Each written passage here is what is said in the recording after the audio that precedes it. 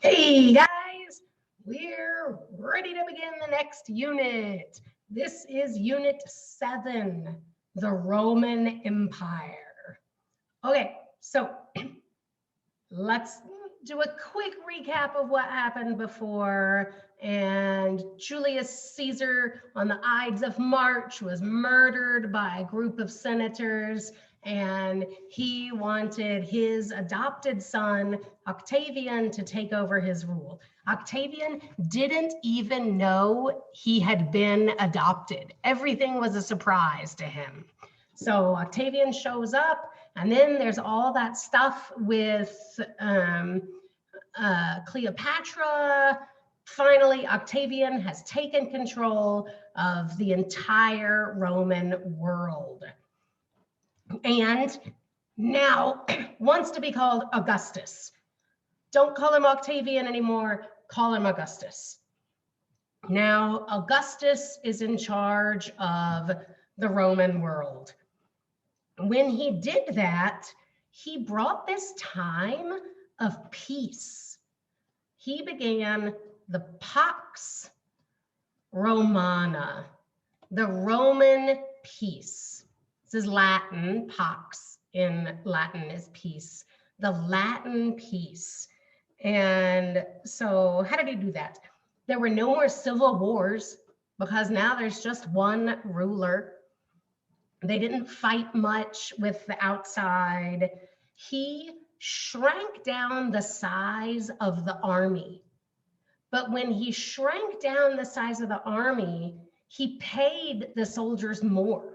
Like, let's say there used to be 100 soldiers that were paid, I don't know, $1.25 a day.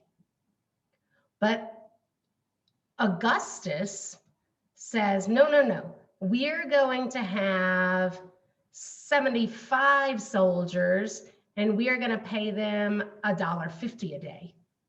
So there were less soldiers, but they made more money. He was also completely against corruption. Augustus did not like corruption and he fought it everywhere. The people loved him. The people loved Augustus. They loved him so much that when he died, they deified him. To deify means to make a god. Augustus actually became a god. Okay, and when he died, his stepson, Tiberius, Augustus's stepson, Tiberius, became the next emperor of Rome. When that happened, it's now clear that the Roman Republic is gone. Roman Republic does not exist anymore. There were plenty of people that were hoping that when Augustus died, that the Republic would be brought back. You know, people would vote for their leaders. Nope, he died. His stepson Tiberius is now the new emperor. It's clear now that the Republic is gone. We're now an empire. And let's see. There was a little bit of a problem because there was no clear way to say who's going to be the next emperor. Like when this guy Tiberius, when he dies, who's going to be the next emperor? Well, there weren't any written rules about that. So there was a whole lot of inside fighting in these royal families of who's going to take over next. Sometimes people got in fist fights. Sometimes people actually killed other people because they were so afraid that he was going to be the next emperor, but I wanted to be the next emperor. They'd kill him. Sometimes the army ended up having to break up these feuds and be the one that decided. Now, there were some, the empire went on for a long time. There were some, there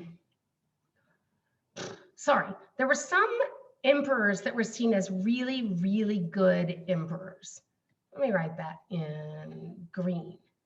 There were some really good emperors, and I'm going to name you a couple of them. There was this guy, Trajan, not Trojan like the people from Troy. This is Trajan. And he conquered more land. He made the Roman Empire bigger. And then there was Hadrian, or Hadrian, and Hadrian built a wall. He built a wall all along the border of the Roman Empire. And you can still see little bits of it. Mr. Givens and I saw parts of the Hadrian Wall. And this guy, Marcus Aurelius, that's a U, Marcus Aurelius, he was a philosopher, and he even wrote a book on philosophy. So these were three other emperors. So now we've talked about Augustus, Tiberius, Trajan, Hadrian, and Marcus Aurelius. But there were also some emperors that weren't so good. And a really famous, not so good emperor, his name was Nero. That's an N. Nero. Let me just rewrite that for you. Nero was mean. He was not a very nice guy. He would just randomly kill people for no reason. Sometimes he even killed his own family members. He was also not very nice to Christians. He used to persecute them.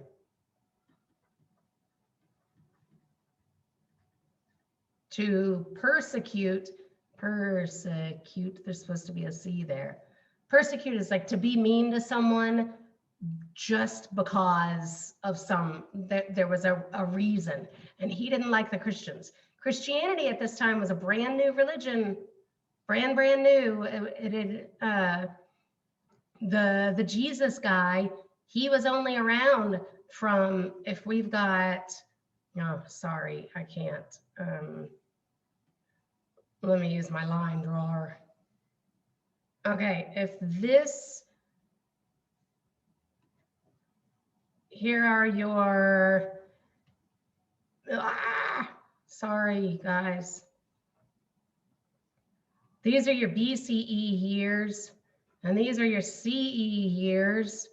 Well, Jesus, the guy that Christianity is based off of, he was born right here, and he died in 32. So he lived here, and we are talking about the time,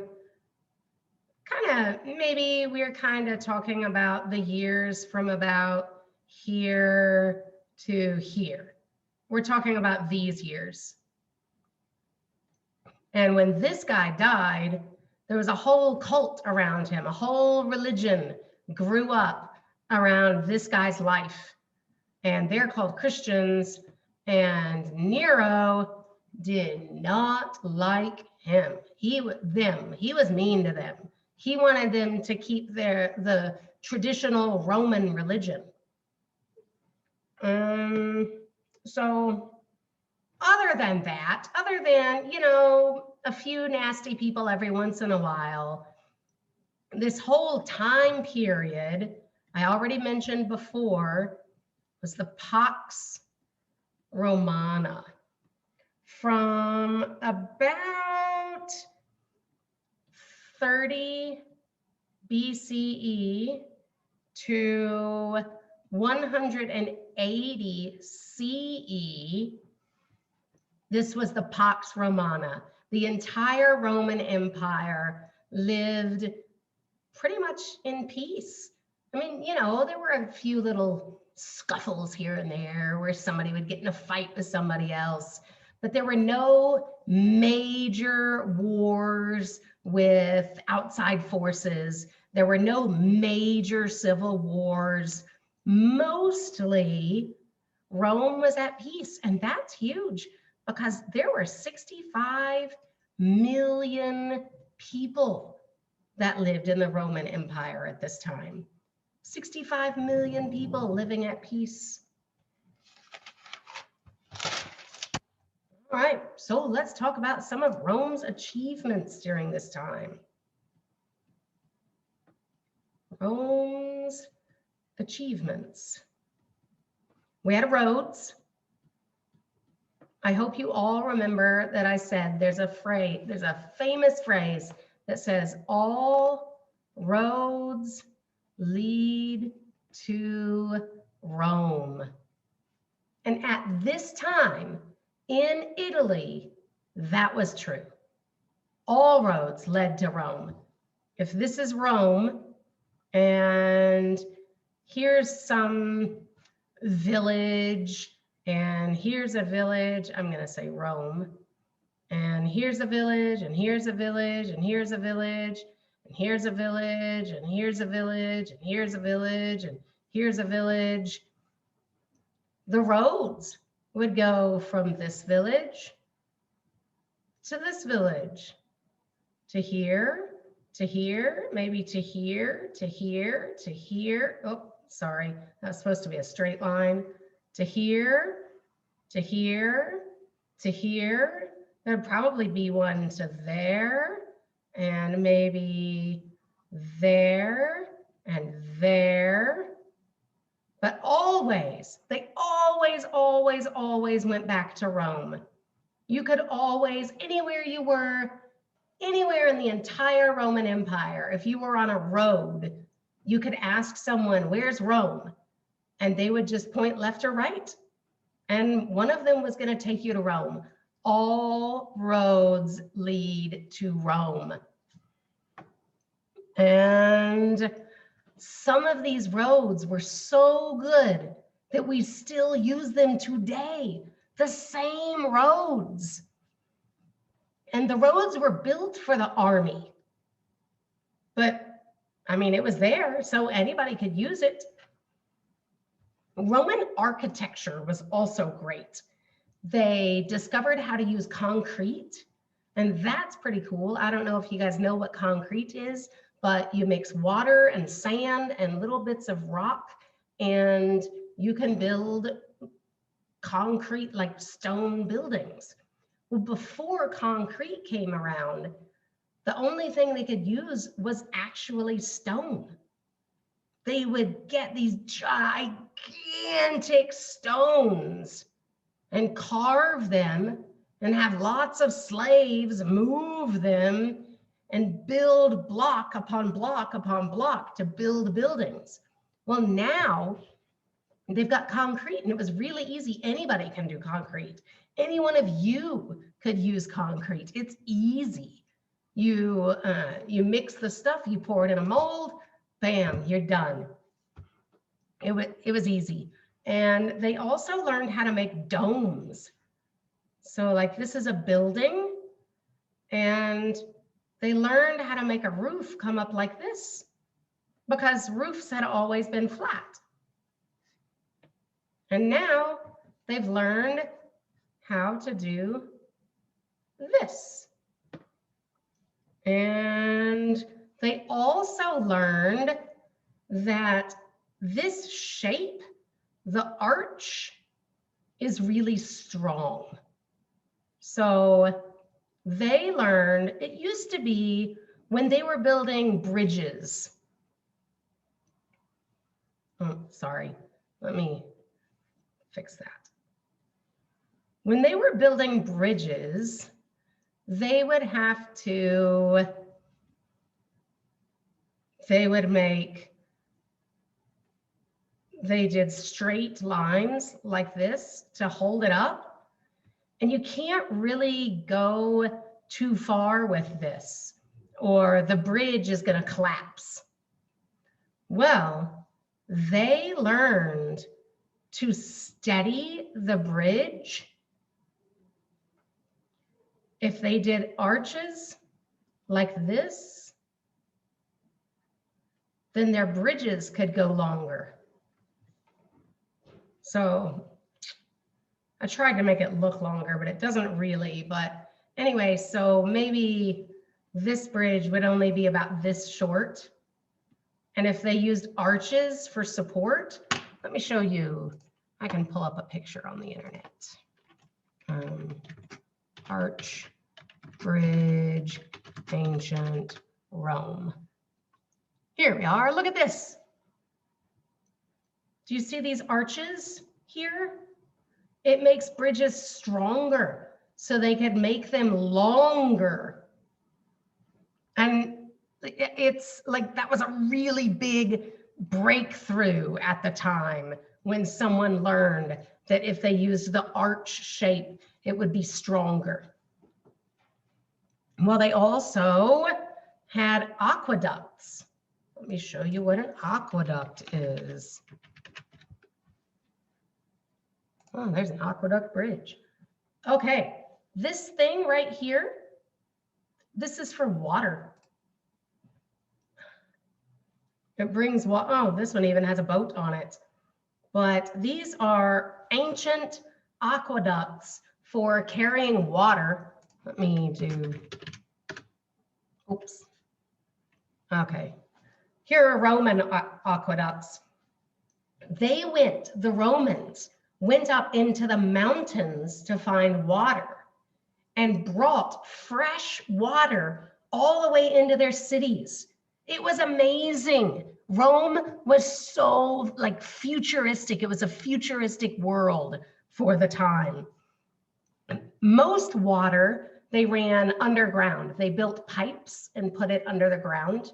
But sometimes there were times when they just couldn't do that. So they had to go over the ground. And that's when they built these things. They're called bridges. They're aqueduct bridges. But what is running in the bridge is water.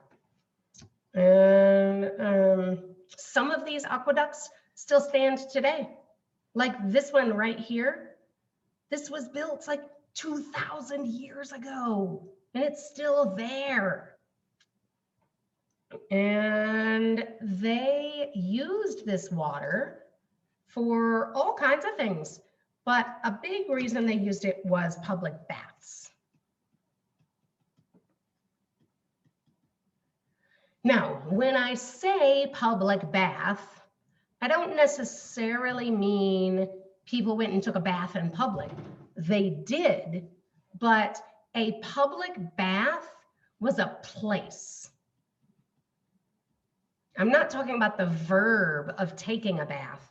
It's a place, just like you can go to school, you can go to the supermarket, you can go home, you can go to a public bath. So they had public baths.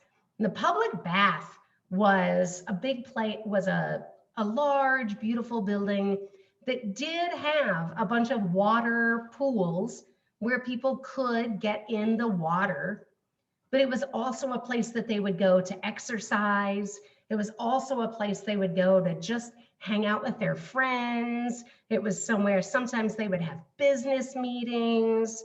It was a real social place, the bath, but it was full of fresh water brought in straight from the mountains.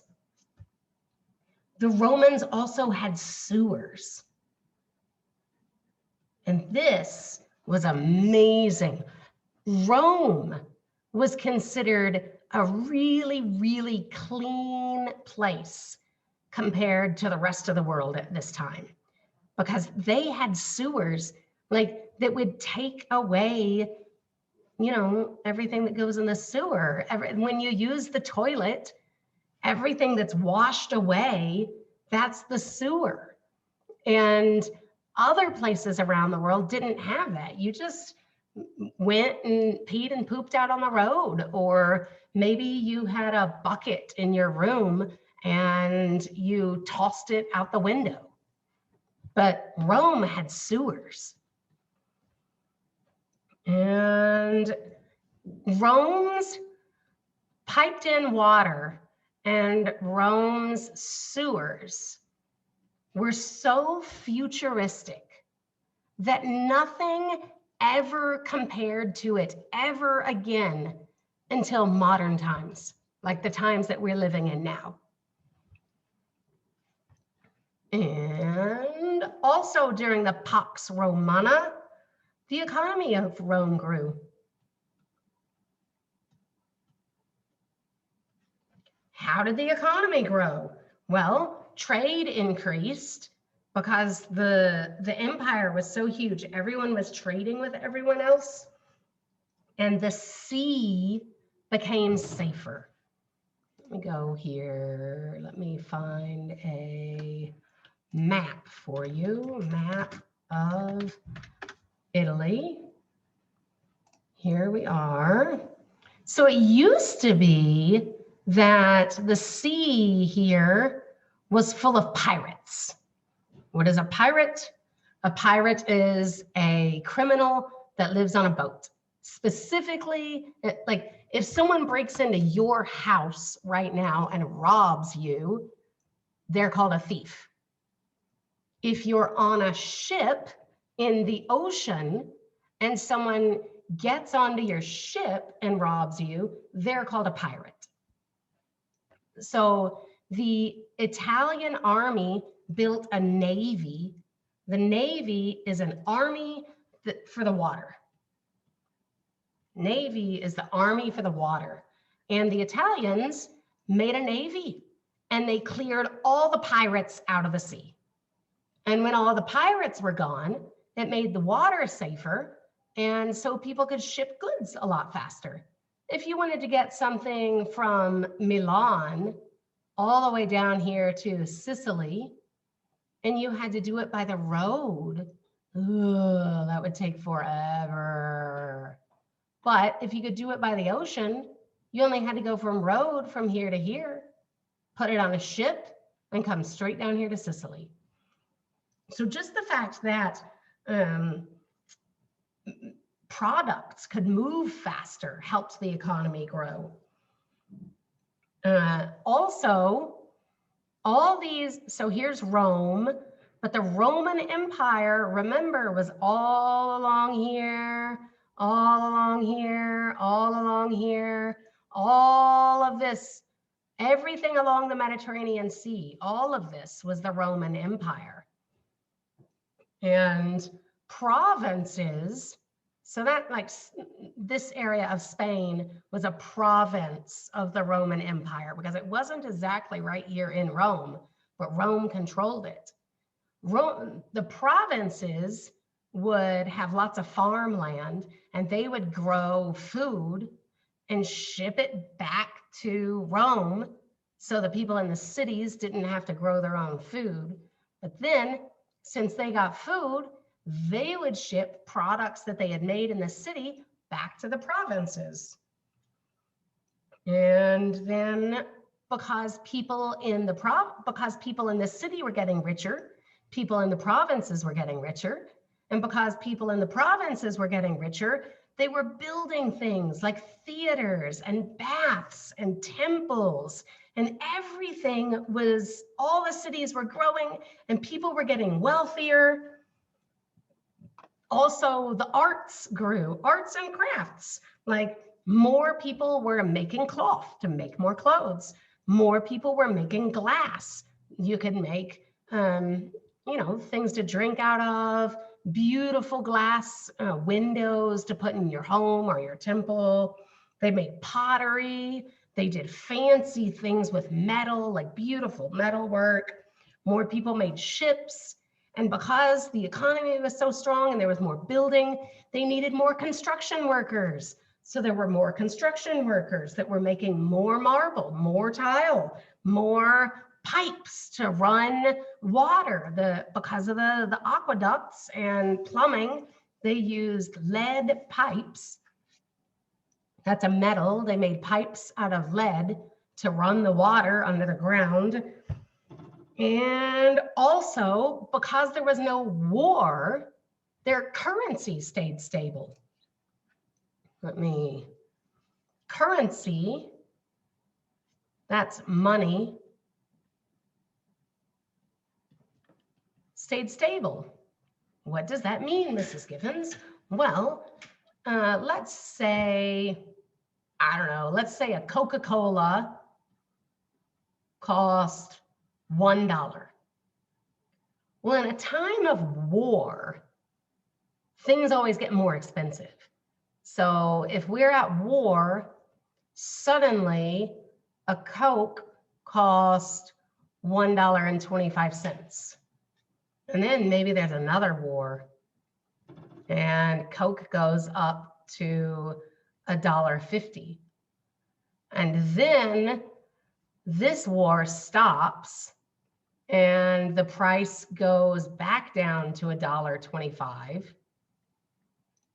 And then this war stops and the price goes down to $1. But then another war starts and the price jumps way up and it's $1.75.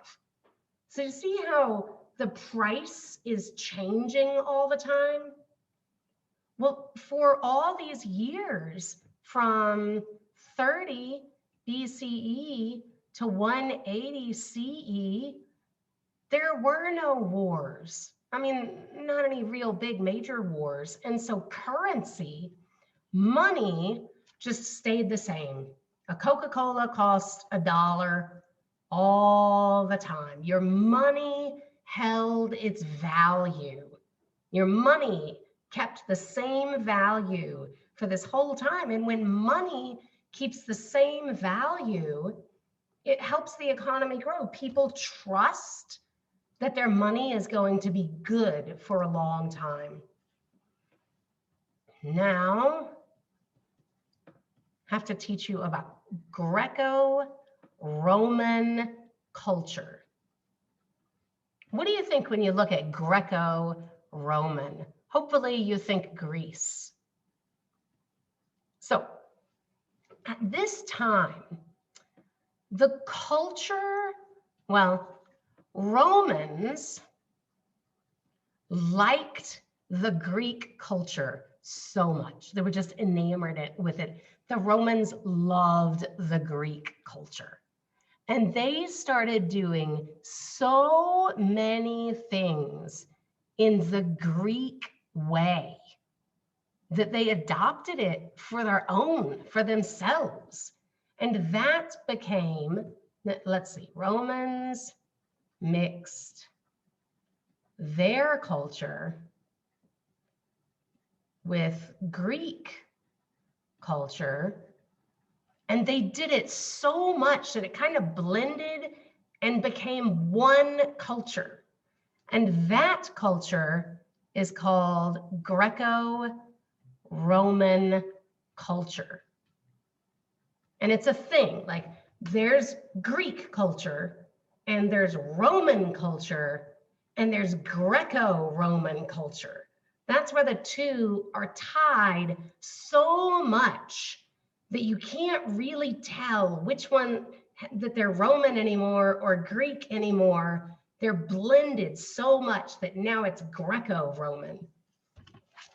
And this Greco-Roman culture was spread all over the entire Roman Empire. So let's go back over here. So here's Greece and here's Rome, but people down here in Egypt may have had some Greco-Roman culture. People here in Libya are doing things that they do in Rome and doing things they do in Greece. How did that ever happen? Because not only traders, but Rome sent soldiers all over their entire empire to make sure people were following the rules. So someone from Rome maybe was sent over here to Morocco to live. And this guy from Rome has adopted Greek culture. So this Greco-Roman soldier is sent over here to Morocco.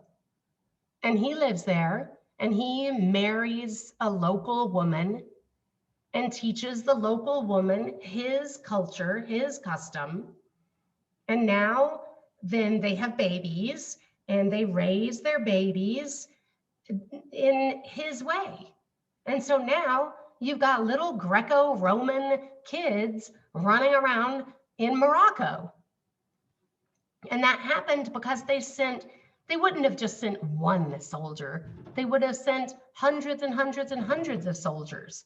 And they're all marrying local women. They're all having babies and they're raising their children in the Greco-Roman culture. And there were some other ways that it happened. By the year, do you guys remember that people all around here, they were allowed to become Roman citizens? Well, by the year 212 CE, almost all free men in the entire Roman Empire, going along here, almost all free men that lived here, almost all of them were now Roman citizens. And if they were Roman citizens, it meant they had to follow Roman laws. If they got into some kind of fight with a neighbor, they had to go to the Roman courts. They adopted Roman religions. They did everything Roman. So Rome itself sent soldiers out all along here, and they were marrying local women and spreading their Roman culture. And then people could become Roman citizens, but once you decided to do that, you had to adopt Roman culture. And anyone from the Roman Empire at all, any man could join the Roman army. So that's how Greco-Roman culture spread throughout this entire area. Even though Rome is here and Greece is here, people way down here had the same culture as these people up here. And they also built cities, and they always built their cities looking like Rome. So Rome is here, but like they'd come way down here to Egypt, way down here to Cairo. And when they built buildings, they looked like the buildings in Rome. They made public baths just like they had in Rome. They made temples just like they had in Rome. And they did that all over here. So their culture spread. All right. That is, wait, I can't get my thing. That is lecture 1.